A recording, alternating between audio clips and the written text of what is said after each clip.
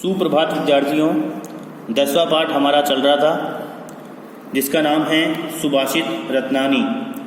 पाठ परिचय हमने पढ़ लिया था। आज हम श्लोक पढ़ेंगे।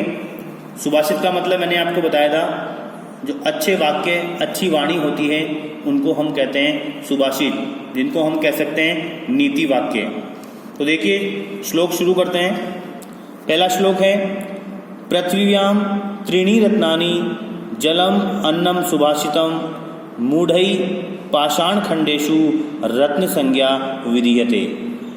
पृथ्व्याम पृथ्वी पर त्रीणि रत्नानि तीन रत्न हैं, जलम अन्नम सुभाषितम जल अन्न और अच्छी वाणी। पृथ्वी पर तीन रत्न हैं, जल अन्न और अच्छी वाणी।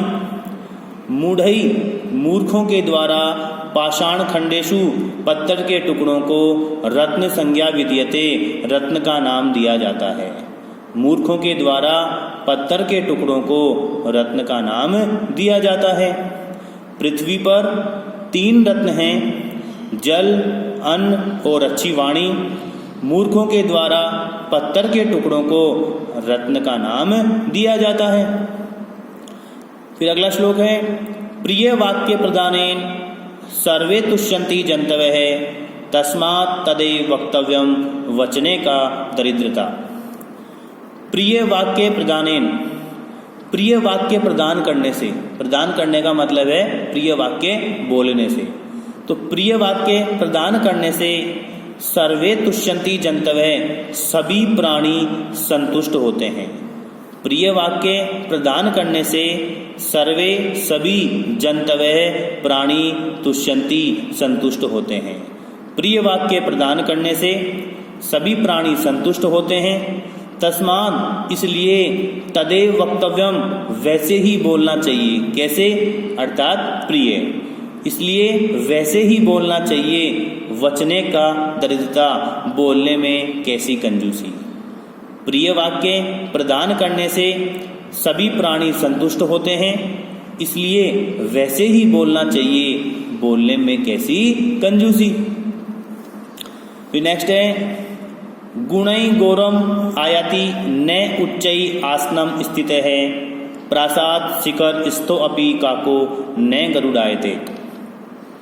गुणै गुणों से गौरवम आयाति गौरव आता है, अर्थात गुणों से ही व्यक्ति का बड़प्पन दिखाई देता है। तो गुणै गौरवम आयाति, गुणों से गौरव आता है। न उच्चै आसनम स्थित है, ऊंचे आसन पर बैठने से नहीं। गुणों से गौरव आता है, ऊंचे आसन पर बैठने से नहीं। प्रासाद शिखर स्थो अपि, प्रासाद शिखर स्थो अपि महल की चोटी पर बैठा हुआ काको कौवा न गरुड़ायते गरुड़ नहीं होता है। महल के शिखर पर या महल की चोटी पर बैठा हुआ कौवा गरुड़ नहीं होता है।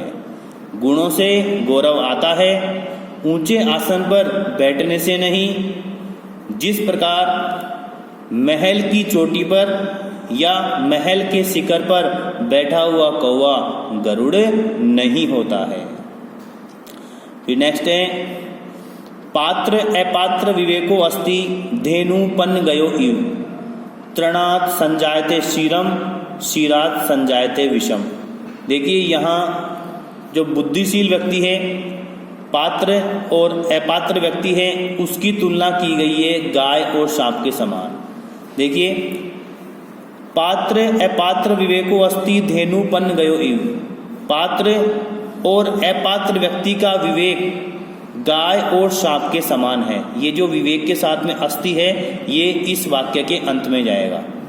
पात्र अपात्र विवेको, पात्र और अपात्र व्यक्ति का विवेक धेनु पन्न गयो इव गाय और सांप के समान होता है। क्यों होता है? देखिए तृणात् संजायते क्षीरम, गाय घास खाकर भी दूध उत्पन्न करती है। क्षीरात् संजायते विषम, और सर्प दूध पीकर भी जहर उत्पन्न करता है। पात्र और अपात्र व्यक्ति का विवेक गाय और सांप के समान है। जिस प्रकार गाय घास खाकर भी दूध उत्पन्न करती है, उसी प्रकार सर्प दूध पीकर भी जहर उत्पन्न करता है। अर्थात जो अपात्र व्यक्ति है उसको सर्प के समान बताया गया है और जो पात्र व्यक्ति है उसको गाय के समान बताया गया है। फिर नेक्स्ट है यथा खनन खनित्रेण नरो वारी अधिगच्छति। देखो वारी प्लस अधिगच्छति, यहाँ पर यण संधि हो गई, उससे बना है वारी अधिगच्छति। तो यथा खनन खनित्रेण नरो वारी अधिगच्छति तथा गुरुगताम विद्याम शुश्रूषु अधिगच्छति। यथा जिस प्रकार नरो मनुष्य खनित्रेण खनन कुदाल की खुदाई से, कुदाल जिसको हम अपनी भाषा में बोलते हैं फावड़ा, उसको बोलते हैं कुदाल।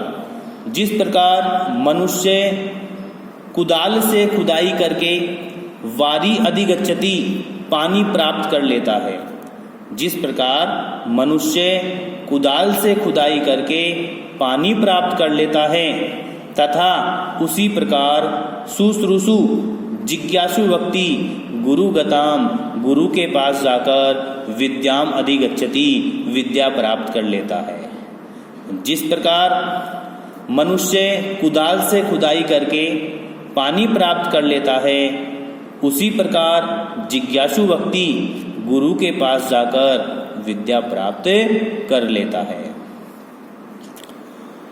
फिर आगे देखते हैं अजर अमरवत प्राज्ञो विद्याम अर्थम च चिंतयेत ग्रहित इव केशेषु मृत्युना धर्म आचरेत। देखिए अजर अमरवत प्राज्ञो, प्राज्ञो बुद्धिमान व्यक्ति को अजर अमरवत स्वयं को अजर और अमर मानकर, अजर क्या होता है अर्थात जिसका बुढ़ापा नहीं आएगा, और अमर जिसकी मृत्यु नहीं होगी। तो बुद्धिमान व्यक्ति को स्वयं को अजर और अमर मानकर विद्याम अर्थम च चिंतियेत विद्या ग्रहण करने के बारे में सोचना चाहिए। बुद्धिमान व्यक्ति को स्वयं को अजर और अमर मानकर विद्या ग्रहण करने के बारे में सोचना चाहिए।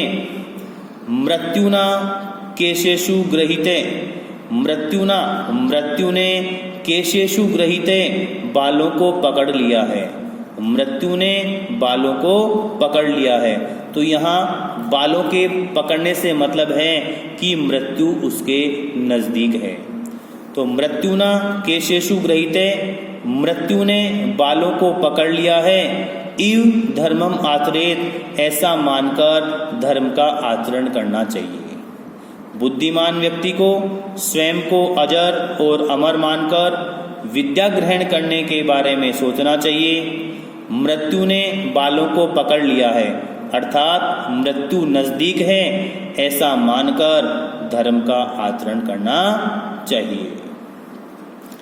फिर देखिए आगे धन धान्य प्रयोगेषु विद्यायाः संग्रहेषु च आहारे व्यवहारे च त्यक्त लज्जः सुखी भवेत्। धन धान्य प्रयोगेषु, धन धान्य के प्रयोगों में अर्थात लेन देन में, धन धान्य के प्रयोगों में, विद्यायाः संग्रहेषु च और विद्या के संग्रह में, धन धान्य के प्रयोगों में और विद्या के संग्रह में, आहारे व्यवहारे चे, आहारे भोजन में, व्यवहारे चे और व्यवहार में, त्यक्त लज्जे लज्जा को छोड़कर सुखी भवेत् सुखी रहना चाहिए। धन धान्य के प्रयोगों में, विद्या के संग्रह में, भोजन में और व्यवहार में लज्जा को छोड़कर सुखी रहना चाहिए। अर्थात कहने का मतलब है कि इन कार्यों में कभी भी शर्म नहीं करनी चाहिए। लेन देन में शर्म नहीं करनी चाहिए, विद्या को ग्रहण करने में शर्म नहीं करनी चाहिए, भोजन में शर्म नहीं करनी चाहिए और व्यवहार में शर्म नहीं करनी चाहिए। अर्थात इन सभी में लज्जा शर्म को छोड़कर व्यक्ति को क्या रहना चाहिए, सुखी रहना चाहिए। फिर देखिए 8वां श्लोक है विद्या विवादाय धनम मदाय शक्ति ही परेशान परिपीडनाय खलस्य साधो विपरीतम एतत् ज्ञानाय दानाय च रक्षणाय। देखिए बहुत अच्छा श्लोक है। विद्या विवादाय धनम आदाय, इससे पहले हम शब्द जोड़ेंगे यहाँ पर खलस्य। खलस्य दुष्ट की, विद्या विवादाय विवाद के लिए, दुष्ट की विद्या विवाद के लिए, धनम मदाय धन घमंड के लिए, शक्ति ही परेशान परिपीडनाय और शक्ति दूसरों को परेशान करने के लिए होती है। दुष्ट व्यक्ति की विद्या विवाद के लिए, धन घमंड के लिए और शक्ति दूसरों को परेशान करने के लिए होती है। साधो विपरीतम एतत्, सज्जन व्यक्ति में यह विपरीत होता है। यह क्या, अर्थात दुष्ट व्यक्ति है उसके विपरीत। साधो विपरीतम एतत्, सज्जन व्यक्ति में यह विपरीत होता है। कैसे होता है विपरीत? विद्या ज्ञानाय, यानी सज्जन व्यक्ति की विद्या ज्ञान के लिए, धनम दानाय धन दान के लिए, शक्ति ही रक्षणाय और शक्ति रक्षा के लिए होती है। सज्जन व्यक्ति में विद्या ज्ञान के लिए, धन दान के लिए और शक्ति रक्षा के लिए होती है। देखिए एक बार और, दुष्ट व्यक्ति की विद्या विवाद के लिए, धन घमंड के लिए और शक्ति दूसरों को परेशान करने के लिए होती है। सज्जन व्यक्ति में यह विपरीत होता है। सज्जन व्यक्ति की विद्या ज्ञान के लिए, धन दान के लिए और शक्ति रक्षा करने के लिए होती है। तो विद्यार्थियों 8 श्लोक हमने पढ़े हैं, तो आज हम 8 श्लोक ही रखेंगे। 15 श्लोक इसमें हैं। अब अगली कक्षा में श्लोक कंप्लीट हो जाएंगे। जितने श्लोक हो चुके हैं सभी का भावार्थ आपको करना है। ओके स्टूडेंट्स, धन्यवाद।